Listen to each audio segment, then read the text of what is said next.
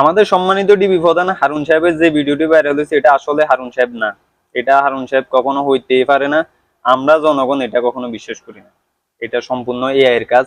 এইরকম যদি অন্য কারো কোনো লিঙ্ক ভাইরাল হয়ে যায়, মনে করেন সাপোজ আমার লিঙ্কও ভাইরাল হয়ে যায়, তাহলে এটা সম্পূর্ণ এআই এর কাজ। আর এটার পিছনে হাত থাকতে পারে অন্তত ফলকের, কারণ ফলকে নেট বন্ধ করে সবকিছু বন্ধ রাখছে, সবকিছু ঠিকঠাকই আছিল।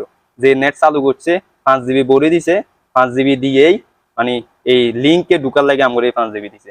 তাই হারুন সাহেবের লিঙ্ক ভাইরাল হওয়ার পিছনে একমাত্র দায়ী হয়েছে ফলক, যদিও এই লিঙ্ক সম্পূর্ণ এআই এর কাজ হইতে পারে। আমরা অবশ্যই বিশ্বাস করি এটা সম্পূর্ণ এআই এর কাজ, যদিও টুনটুনি একটু ছোট ছিল।